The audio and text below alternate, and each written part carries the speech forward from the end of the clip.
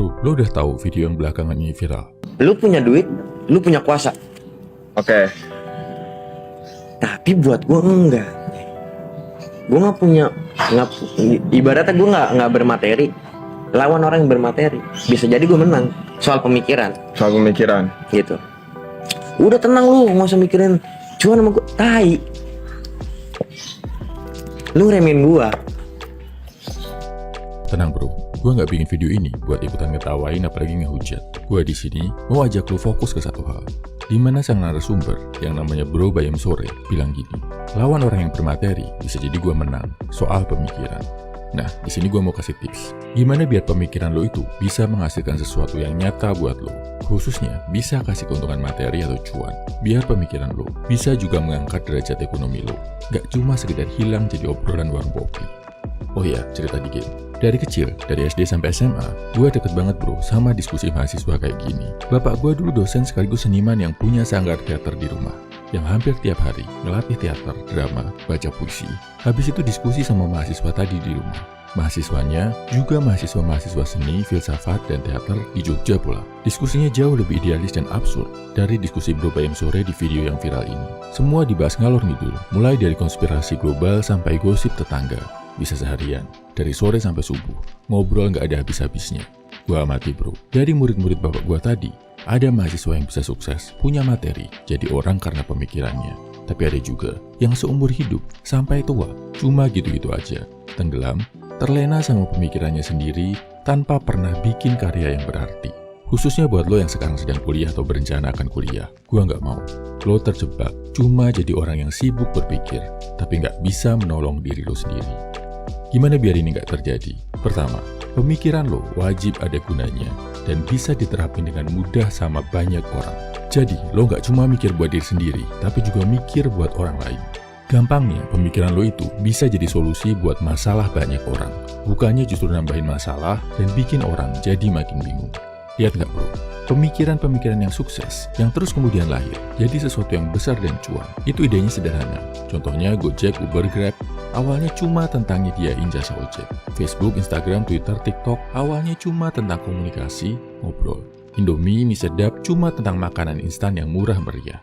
Jadi, tiap kali melahirkan pemikiran, cek ini bro. Apakah pemikiran lo ada manfaatnya buat banyak orang? Apakah pemikiran lo bisa dipraktekkan, dilakuin dengan mudah sama banyak orang? Kalau dua hal tadi jawabannya ya, artinya pemikiran lo punya potensi buat besar, buat jadi cuan. Kedua, pastikan pemikiran lo juga mendorong lo untuk action jadi lebih baik. Gak cuma keasikan mikir dan diskusi aja, sampai bahkan lo jadi jarang mandi. Gue perhatiin bro fenomena ini dari kecil.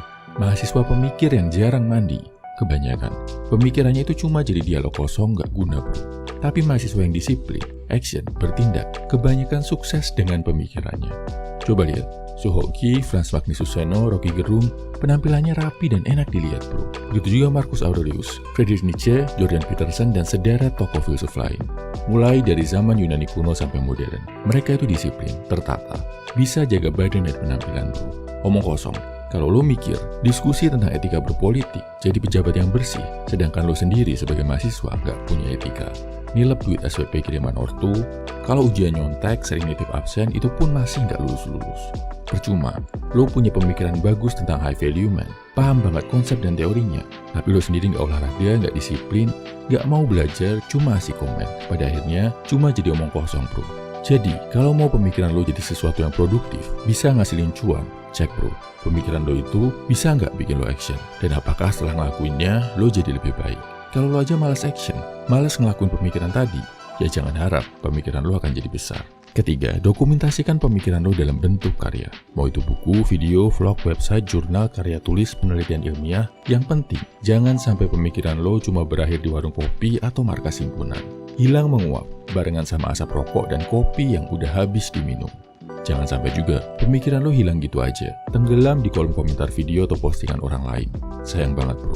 Perhatikan bro, pemikir hebat dari zaman Socrates, bahkan dari zaman Buddha pun, pemikirannya bisa dikenal banyak orang.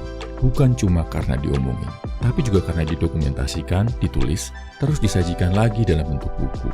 Gue kenal banyak orang yang jago ngomong, pemikirannya bagus, tapi nggak jadi apa-apa, karena pemikirannya nggak didokumentasikan bro. Banyak juga orang yang sebenarnya biasa-biasa aja pemikirannya, tapi bisa jadi besar karena dia menulis, membukukan, dan menerbitkan pemikiran-pemikirannya. Jadi, belajar nulis bro, mulai dari sekarang. Keempat, bawa pemikiran lo keluar zona nyaman lo. Jangan cuma nyaman diskusi di warung kopi sama teman-teman yang selevel pemikirannya sama lo, atau sama adik-adik angkatan yang masih polos, yang mendewa-dewakan lo. Memang lebih asik, lebih nyambung. Lo juga kerasa jadi lebih pintar.